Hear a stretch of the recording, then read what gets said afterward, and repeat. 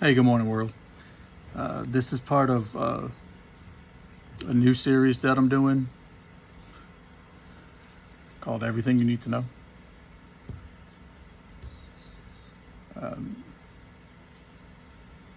There's two concepts that I need to present, and they're not easy to get. The words are easy to understand, but implementing these two concepts is much more difficult than it's going to sound. So this is a bit much for, TikTok. So the first concept is this.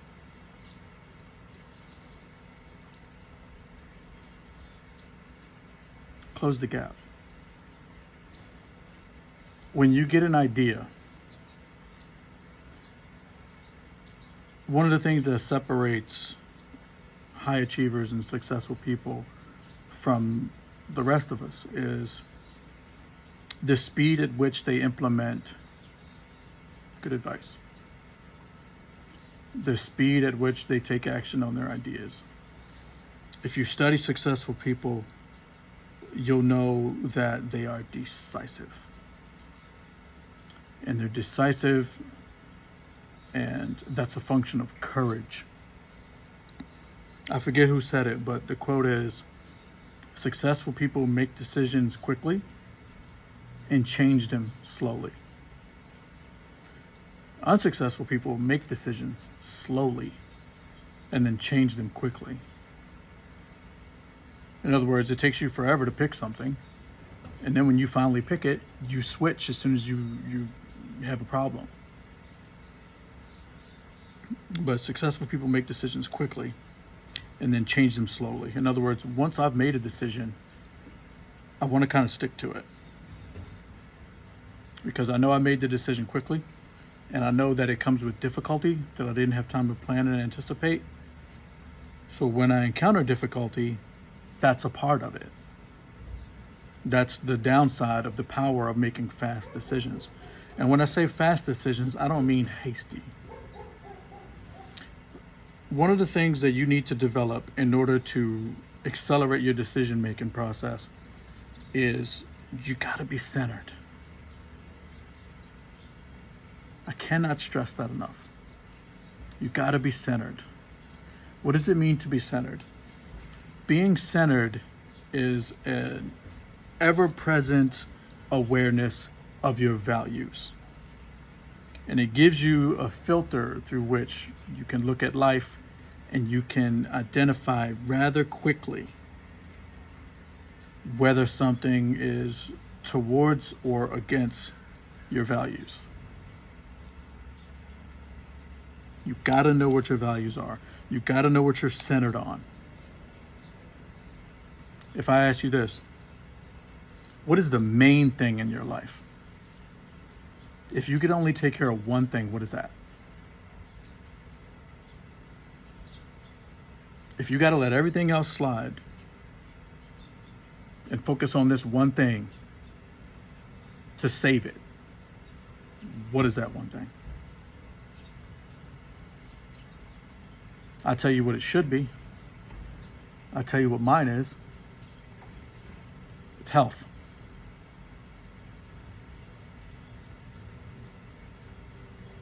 A lot of people take their health for granted until they lose it. Just like we do with everything. But your health is that one area where once you lose it, you might not get it back. You might be in a state of dis-ease. You might be on a decline. That's irreversible. You don't know which donut is going to give you diabetes. Is it this one? Is it this cruller?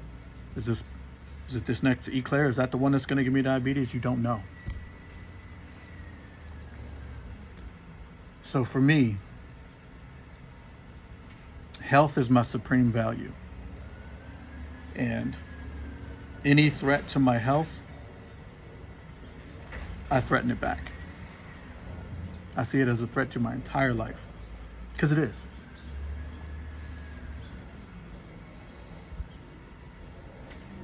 But you got to know what your values are. In that example, I gave you my main value is health. Right after health, it's wealth. Right? That's the ability to accumulate and manage things. It's not money. Some of it's money, because money is how you accumulate and manage things. But wealth is way more than money. And then for me, the last one is relationships. I'm kind of fortunate. As a humanist, that's all I really have. I have health, wealth, and relationships. The relationships includes relationships to non-person entities, relationships to the earth, relationship to nature, relationship to science. For me, that's it. That's my center. And obviously within relationships, families first. And for me as a father, that's my children. And then it goes as far as to their mom and my brother. The rest of my family I care about, but I'm not really involved or invested in their well-being. I know that seems counterintuitive because as parents, we like to put our kids first. But you can't do that. Moms, dads, stepdads, stepmom, you can't do that. You can't put your kids first. Because if you do that,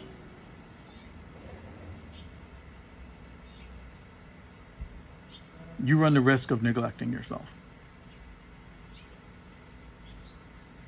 Now, if you can do it the way it actually sounds, if you can put your kids first, literally, and then put yourself second, that's fine. If it's literal, if it's like sequential in life. Like for example, in the Marines, whenever we would eat from the bottom up. The youngest ranking person or the junior person would eat first and the senior guy would eat last. Now, you can put your kids first literally, right? In scenarios like that. I do it all the time. I do that in my house. We eat from the youngest up. Or at least we serve from the youngest up. You could do it literally in ways like that. You can obviously spend money on your children before you spend money on yourself. You can do that. But not at the cost of neglect. There are some things that you have to do for yourself that only you can do. And if you don't do them, they just won't be done. And the only person who's going to suffer from it is you. In the short term. In the long term, the people that you've prioritized over yourself, they're going to suffer. They're going to suffer because they're getting a degraded version of you. They're going to suffer because you don't have the energy to take care of them that you once had, because you neglected your health while you were taking care of them. They're going to suffer because you develop resentment from your sacrifice, and you lose your mood and your attitude. So that's a down and dirty on values. Yours may be different. It really doesn't matter what they are as long as they're good for you and other people, and that you use them as a filter. So when I'm confronted with a decision, since I'm centered on my values, I can make decisions very quickly. Is this good for my health? Yes, no. Is this good for my wealth? Yes, no. Is this good for relationships? Yes, no. If it hits a yes on either one of those three, it's a go. If it doesn't hit a yes on either one of those three, it's no. If you're centered, you can make decisions very quickly because you have a very short list of things to evaluate. But if you're not centered, you're random. You're going off of what you like. And and how everything feels. You're depending on things that fluctuate. And that's not good. It's not good as a rubric for decision making. So once you are centered and you do make a decision, you got to close the gap. Close the gap means decrease the space between the time you made the choice and the time you execute on it. Because that's the gap. I made a decision. 4 days later, I took action. Why? Why the 4 days later? If there's an actual 4 day long constraint, sure. If there's a reason you can't do it for 4 days, so be it. But there's probably not. The space between idea or decision, because a decision is just an idea for actions. The space between an idea and execution is procrastinated.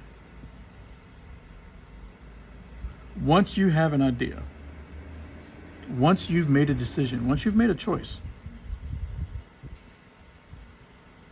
hurry up and do it. Hurry up and do it. So you can close the gap between idea and execution. That's what the truly successful people are doing. They're getting an idea, they're hopping on the phone right away.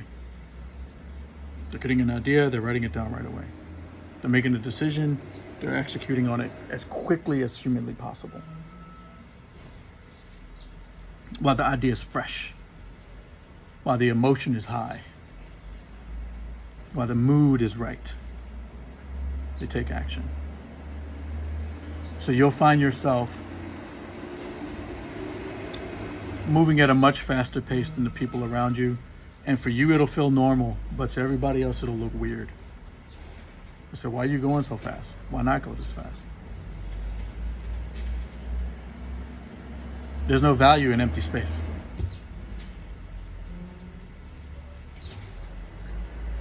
It just takes you longer to get what you want. So close that gap. And then the second idea that I want to present today is write shit down. Write shit down.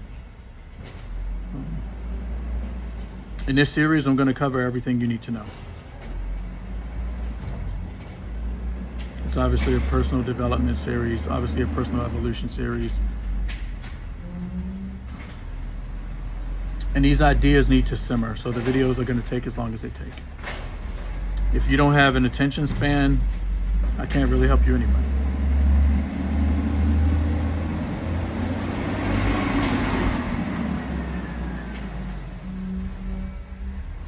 So write shit down.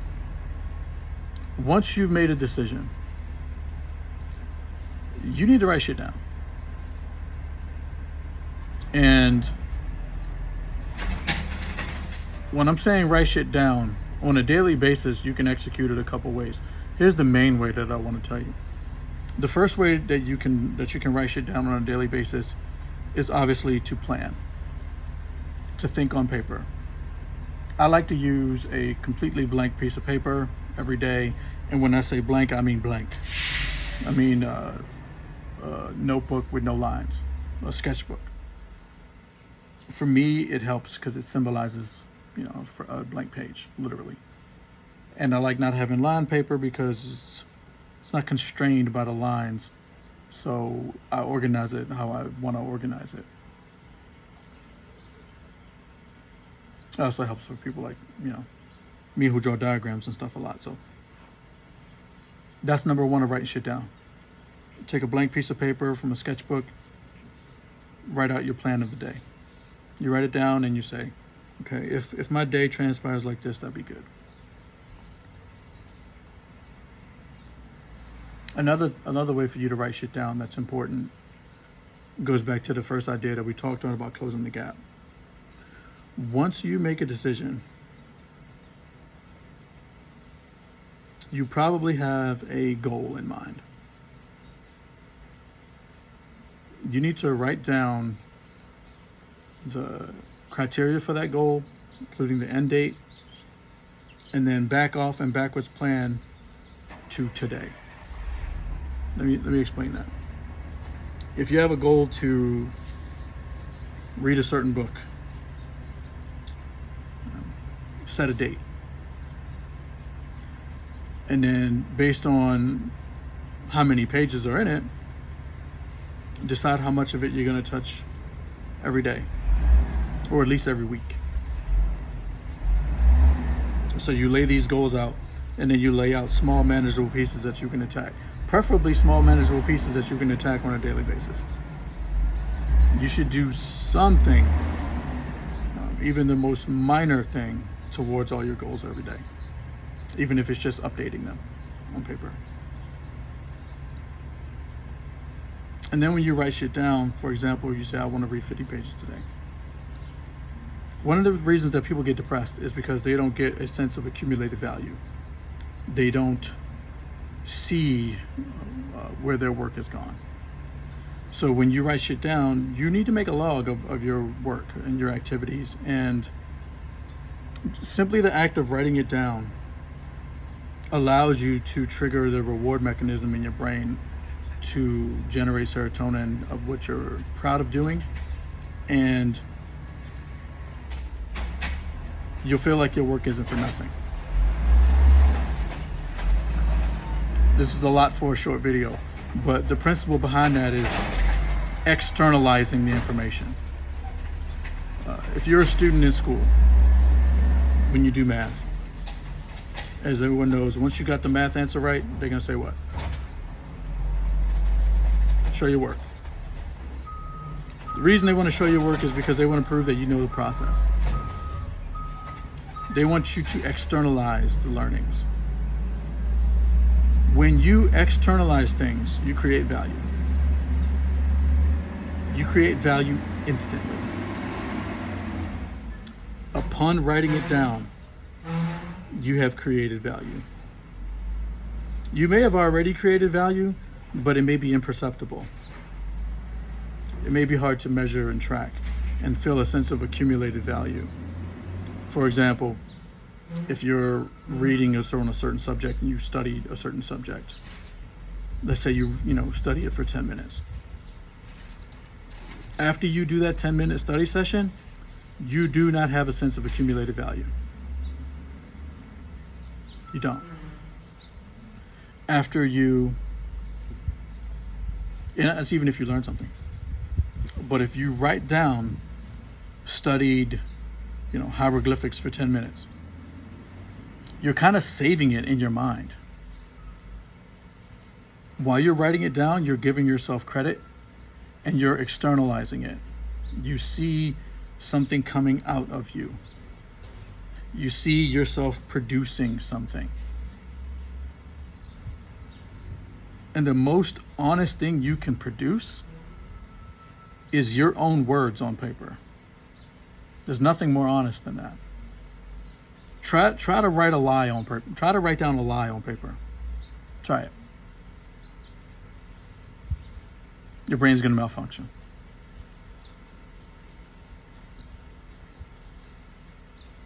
So you gotta write shit down. You gotta show your work. So those two concepts play together. You want to close the gap between idea and execution. And then once you have an idea or a decision, you need to write shit down. And throughout the process, on a daily basis, on a weekly basis, you need to show your work. So if you say, I did this, I did that, somebody should be able to walk up to you and say, show me. Well, I haven't done it yet. Then you haven't done anything. All you've done is think about it. Show your work. It's got to be something I can see. An objective third party can see.